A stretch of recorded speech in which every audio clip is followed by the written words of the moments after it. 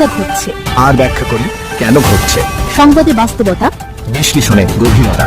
Masan TV, সাংবাদিকতার নতুন দিগন্ত সূচনায় Masan TV, একটি স্বাধীন ও নিরপেক্ষ গণমাধ্যম। মহান আন্তর্জাতিক শ্রমিক দিবস উপলক্ষে কুড়িগ্রামের ভুরুঙ্গামারীতে হোটেল ও রেস্তোরাঁ শ্রমিক ইউনিয়নের আয়োজনে বর্ণাঢ্য র্যালি ও আলোচনা সভা অনুষ্ঠিত হয়েছে।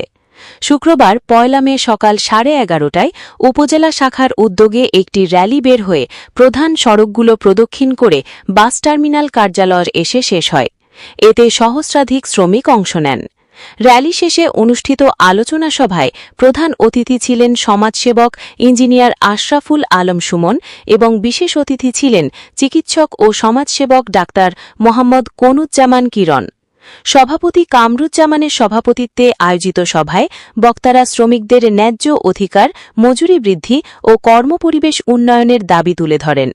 শেষে শ্রমিকদের অধিকার আদায়ে ঐক্যবদ্ধ থাকার প্রত্যয় ব্যক্ত করা হয়।